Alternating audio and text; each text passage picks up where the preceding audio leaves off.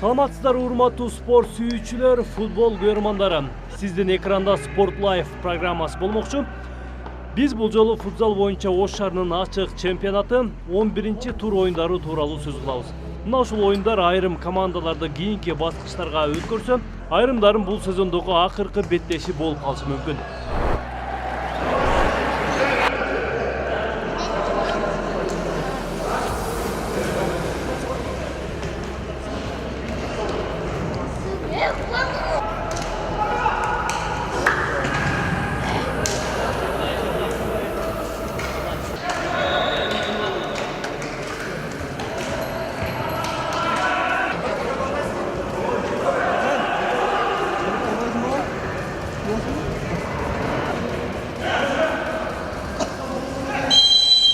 Анда эмесе кеттик. Демек 11-турдун биринчи оюну Ак Ниет менен Озгур командалары ортосунда болмокчу. Эки команда тең, бул сезондо көрсөткүчтөрү жакшы, турнирлик таблицада алдыда баратат. Бул жолку оюну тууралуу айта турган болсок, алгачкы бөлүктө Ак Ниет биринчи болуп эсепти ачты. Бурчтан чыгарып берүүнү жакшы пайдаланып, голго айланта алышты.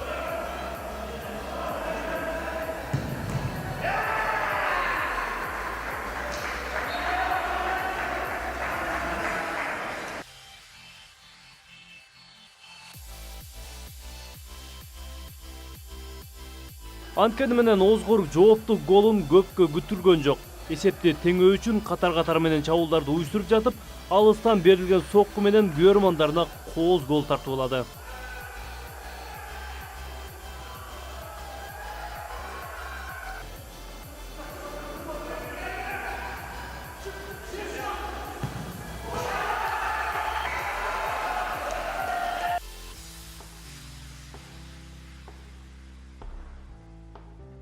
Мына ушул голдон кийин Озгурдун чабуулу жанданды.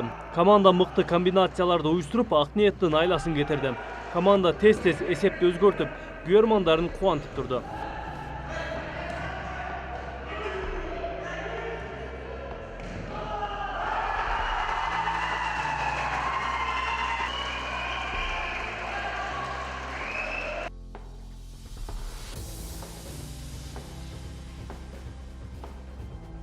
Озгур командасы үчүн 11-турда атаандашын ири эсеп менен жеңип алды. Анда эмесе кооз голдорду көрөлү.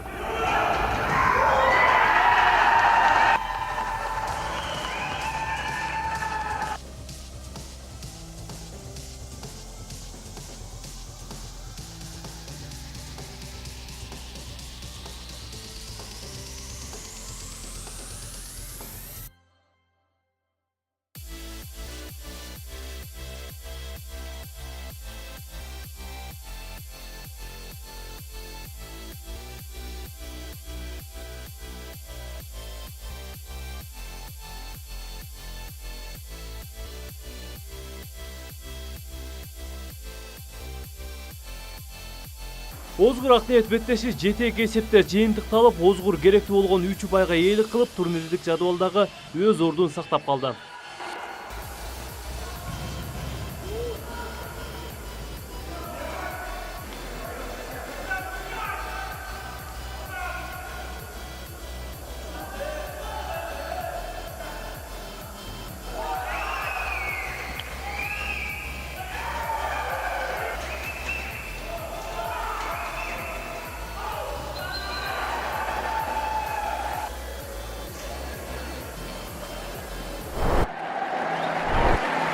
Ал эми кийинки экинчи жуптук беттеш Бакай фонд менен Маданият командалары ортосунда болмок. Бирок Маданият командасы келбей калганына байланыштуу жеңиш Бакай фондко берилип, командага 3 пай берилди.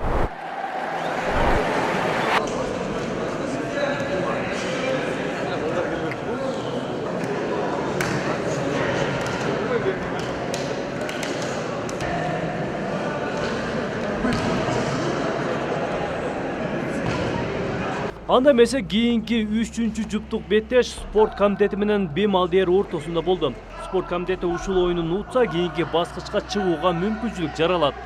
Бирок беттеш башталары менен Бим Алдиерчилер оюнду жакшы баштап, алгачкы голду жазып коюшту.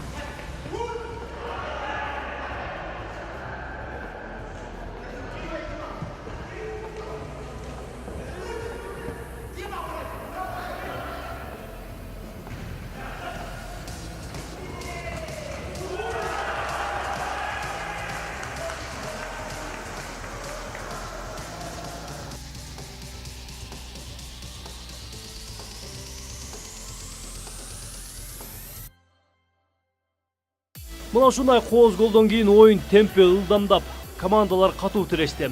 Алгачкы бөлүктө тең бараткан командалар экинчи бөлүктө да кызыктуу оюн алып барышты. Анткени менен Бим Алдиер мыктылыгын көрсөтүп, 2-2 болгон эсепти 3-2 айлантты. Бирок экинчи бөлүктө спорт комитети калыстарга нааразычылык билдирип, ортодо уруш чыкты.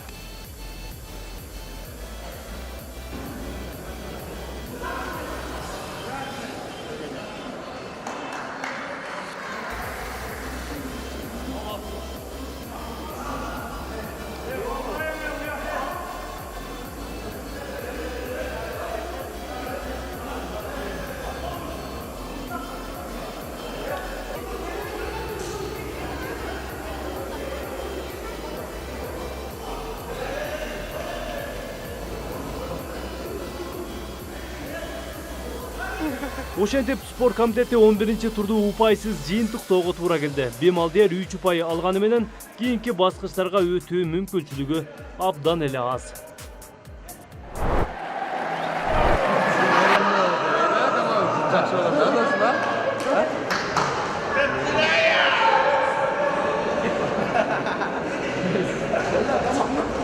Он биринчи турдун акыркы жуптук беттешинде Батыш менен Байтүшүм кез келди. Батыш ушул оюнду жеңсе кийинки баскычка өтүүгө мүмкүнчүлүк болот. Ал эми Байтүшүм жеңишке жетишсе биринчи орунга чыга алат. Байтүшүмчүлөр биринчи болуп эсепти ачып коюшту. Күтүлбөгөн жерден дарбазачынын ыргыткан тобун Батыш командасы тосконго аракет кылганы менен өз дарбазасына киргизип алышты.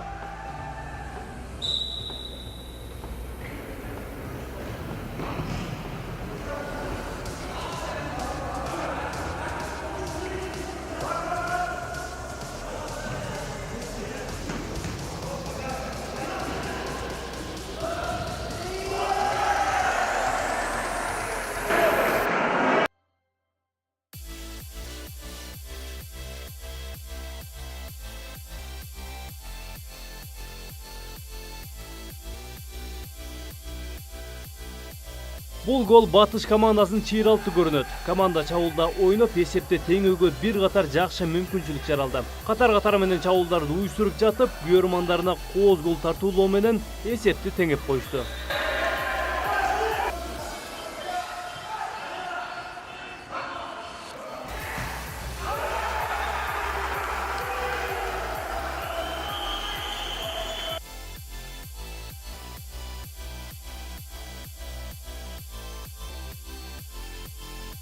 Батыш командасынын экинчи голу тез каршы чабуул уюштуруунун жемиши болду. Команда мыкты комбинациялар менен ойноп, Байтүшүмдөн алдыга чыгып алышты.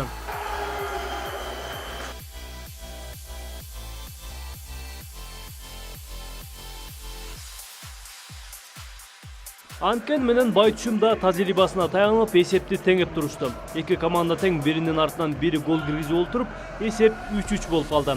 Акыркы мүнөттөрдө эки команда тең гол киргизүүгө тырышып, Батыш командасы каршы чабуулу менен гол жарата алды.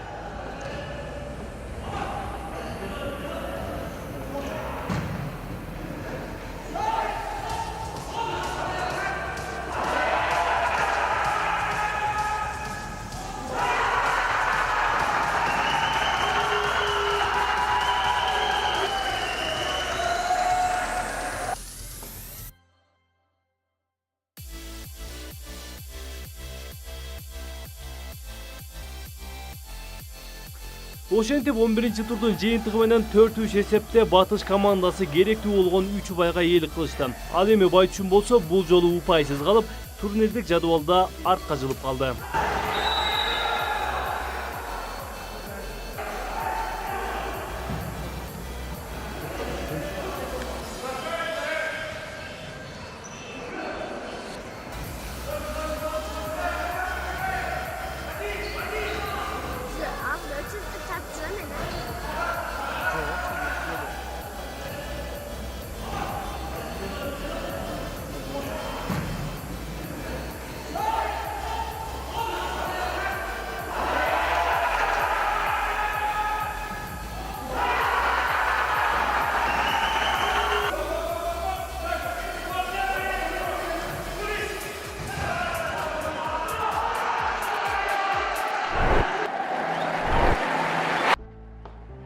Эми 11-турду командалар кандай жыйынтыктады көз салалы.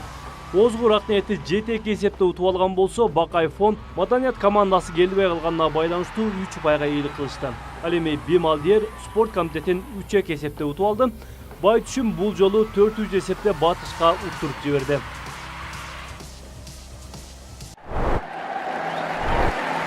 11-турдун жыйынтыгы менен мыкты чабуулчуларды атап өтөлү. Бималдиер командасынан 13 гол киргизген Жамал Уулу бул жолу чабуулчулардын сап башында чыкты. Ал эми Озгур командасынан 12 гол менен Насиров экинчиде баратат. Акниет командасынан Курбанбеков дагы 10 гол киргизип чабуулчулардын катарында келатат.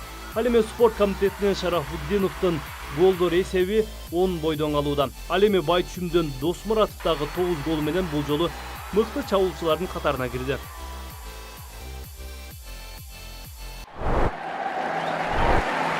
11-турдун жыйынтыгы менен турнирлик жадыбалда кандай өзгөрүүлөр болду, назар салалы.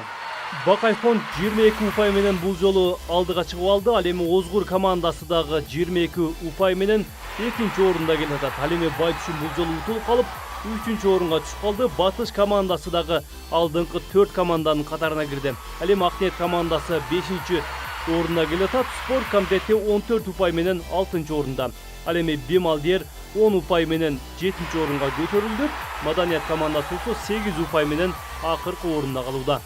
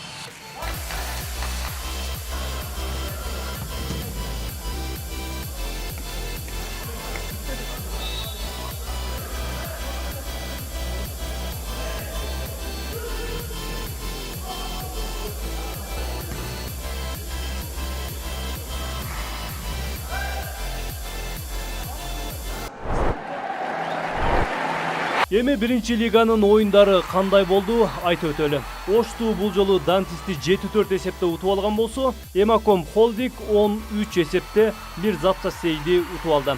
Ал эми Ошму 5-2 эсепте Эрке Кашкага уттуруп жиберди. Ишкабан болсо Төлөйкөнгө 5-3 эсепте утулуп калды. Ал эми Акбура командасы келбей калганына байланыштуу бул жолу жеңиш Архитектурага берилди. Ал эми Кан командасы 11-7 эсепте Россия Нефть Бакай командасын утуп алышты. Бул жолку беттештерде көп гол киргизген чабуулчуларды айтып өтөлү. Эрке Кашка командасынан Мамытовдун голдор саны 33-кө жетти. Ал эми Дантист командасынан Мирзакулов 30 гол киргизген. Ал эми Архитектурадан Абдумомунов 21 гол менен чабуулчулардын катарына киргизилген болсо, Кан командасынан Мирзалиевде 18 гол бар. Ал эми Ишкабан командасынан Таштанкуловдо 17 гол болуп, чабуулчулардын катарына илинди.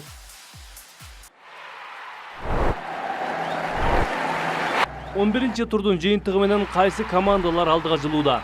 Кийинки баскычка өтүүгө кайсы командаларда мүмкүнчүлүк бар, көз салалы. Төлөйкөн командасы 24 упай менен биринчи орунга чыгып алды. Ал эми Кан 24 упай бар, бирок экинчи орунда калууда. Ал эми Архитектура 23 упай менен 3-орунда келатат. Эрке Кашка 22 упай менен 4-орунда калууда. Ал эми Россия нефть Бакай болсо 18 упай менен 5-орунда. Ишкабан командасы 16 упай менен 6-орунда. Ал эми Ошту 15 упай менен 7-орунга көтөрүлдү. Ошму болсо 14 упай менен 8-орунга көтөрүлдү. Ал эми Дантис командасына 12 упай бар, бул команда 9-орунда. Эмоком Холдинг 10 упай менен 10-орунда келатат. Ал эми Ак Буура 10 упай менен 11-орунда калууда. Ал эми Мир Запчастей командасы 6 упай менен эң акыркы 12-орунда калууда. Мына ушул 12 команданын эң мыкты 8 командасы кийинки баскычка өтө турган болууда. Ал эми калган командалар бул сезон менен кош айтышмакчы. Биз мына ушуну менен бүгүнкү программабызды жыйынтыктайбыз. Спорт менен дос болуңуздар, футболго көрмандык кылыңыздар. Кайрадан эфирден саламдашканча аман туруңуздар.